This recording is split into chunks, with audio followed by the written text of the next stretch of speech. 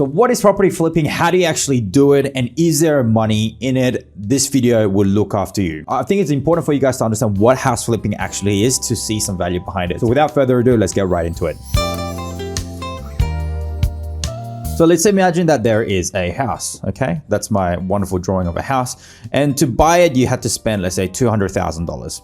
After you spend $200,000 to buy the house, what you're doing is you're going to be paying for some renovations to actually upgrade the property. So renovations, let's say you spend another $50,000 for it. Okay.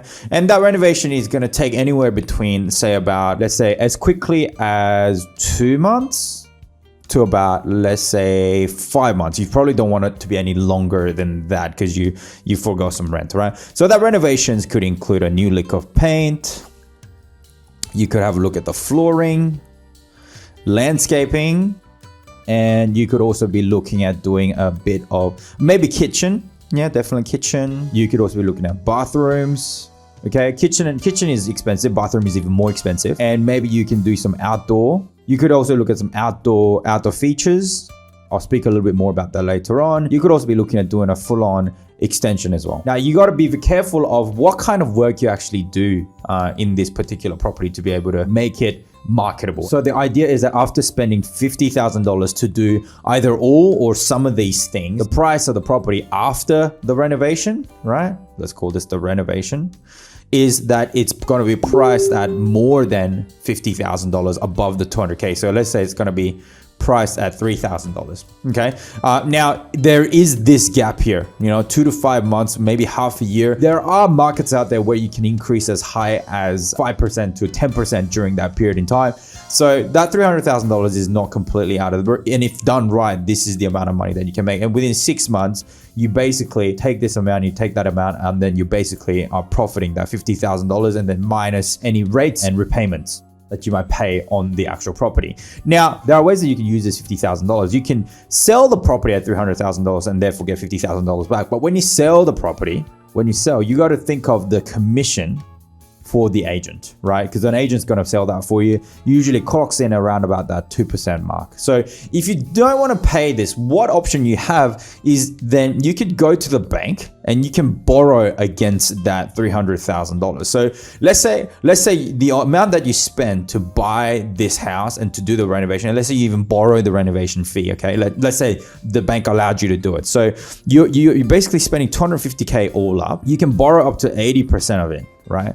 If you borrow 80% of it, that means you are borrowing $200K, right? Is what you're borrowing from the bank. Here, the 80% of that $300,000, and then let's say you don't pay off any of that $200,000. What you can do is you can get that $300,000 as a valuation from the bank. So you can go, hey bank, I think I've done this renovation. Can you please have a look at the value of my property? And they will say, well, it's now worth $300,000. Great. Then you say, can I lend 80% of that? Then what you can do is then 80% of this loan here is going to be $240,000. So you get this loan and then you pay off this principal out. And then after you pay that out, you're going to be left with $40,000. See that? And with that $40,000, you can then buy another property, putting that as a 20% deposit, and then you can buy another $200,000 home. So that's one way to do it. Okay. So therefore you have increased the value without selling the property. Yes, you will have an increased repayment on it. But what you can also do to this property that you've improved is that this property then can be rented out.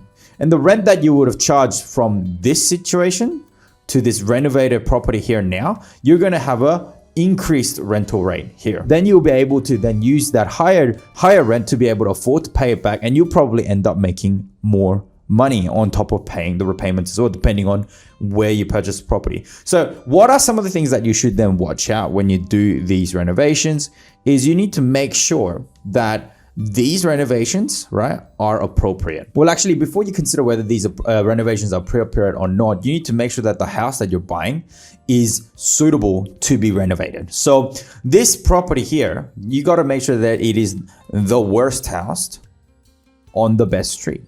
So that what you got to do is that this house is bad enough so that you can do all of these things, and if you can buy it at a bargain enough, then that's a really great thing. How do you know how much things are going to cost? Well, you don't. So you're just going to have to play it by ear, and you're going to have to talk to your friends, and you're going to have to talk to your tradie friends so that you understand how much things roughly cost. Try not to buy something that's so completely terrible.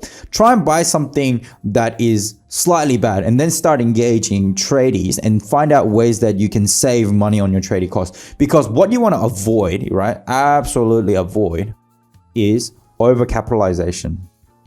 Okay, overcapitalization is when you do something too crazy. If the houses in the area, right, are just like, let's talk in hotel terms. Let's say it's a 3-star suburb, 3-star street.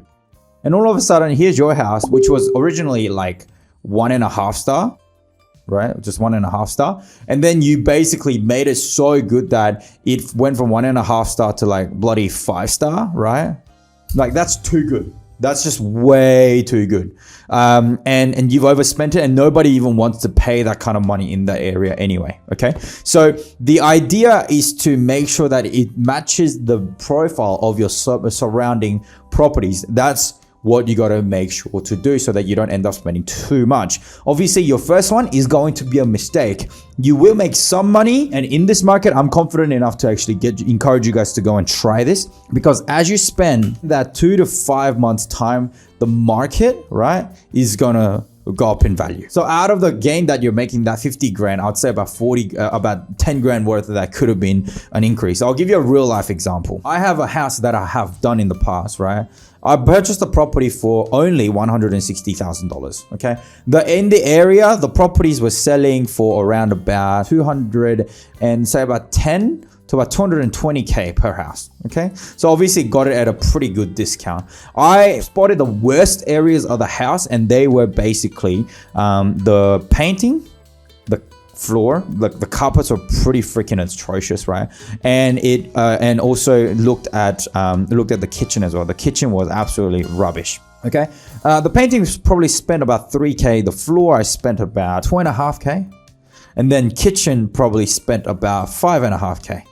Okay, it wasn't a big kitchen, it's just a very regular 3-bedroom place. Okay, so that all up spent about $11,000. Okay, and then after that was all done, and I got this done in 2 months time. Okay, and after this was done, the property value basically went up to that 220k mark within just 2 months of it, which is great. And the only cost that I went in is 171k, and then it went to 220k. So here my options were I could then do a cash out refinance on this. So I borrowed about I borrowed about 220k from the bank as a loan. So what I can do is then I can get 220k, and I can say, hey, listen, I would like to borrow 198k, being 80% of it, and I can pay that off, and therefore end up with 78k in my pocket as a loan amount, and then therefore go and buy another property. I could have done that. And also, before I did this, the rent was only about $260 per week. But after doing the renovations, now I'm getting paid $360 per week.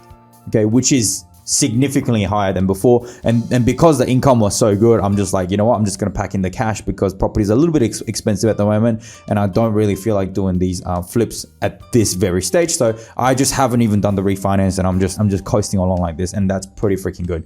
Although in the recent video that I've done, which, you know, someone helpfully is going to put a link somewhere in the screen, okay, the property that we bought, I believe, was about 650k or something, 620k or rather. And then what we're doing is we're doing a reno of the original building and an extension. And in that situation, we're putting like 250k behind, so a lot bigger money. And then we'll probably be able to sell at 1.1 million to 1.2 million. Okay. It'll be interesting to see what the market is. And obviously this stage is going to take a slightly longer period of time. I'm budgeting between 5 to 7 months. Okay. So I'll keep you posted on how that works. But this has been a long video, but in a nutshell is how you do a property flip. You can on sell, we can sell this off, we can just hold it and then just do a cash out refinance. and we will just find out what opportunities lie once we do with this project and just continue to build our wealth along the way. Yes, you can royally screw up. Yes, you can waste a bit of money, but I think at the end of the day, it'll be very hard to spend more than how much value you're going to add to the property. So there is one way to do it. Of course, this is a residential property. There are obviously value adds that you can do for commercial properties as well. Stay tuned onto my channel. Go like, share, and subscribe. Ring that notification. Do everything that you have to do so that you can stay updated on how you can make money through property. And of course, I talk about crypto as well. So there's another great reason for you to subscribe as well. Thanks so much for tuning in. Peace out.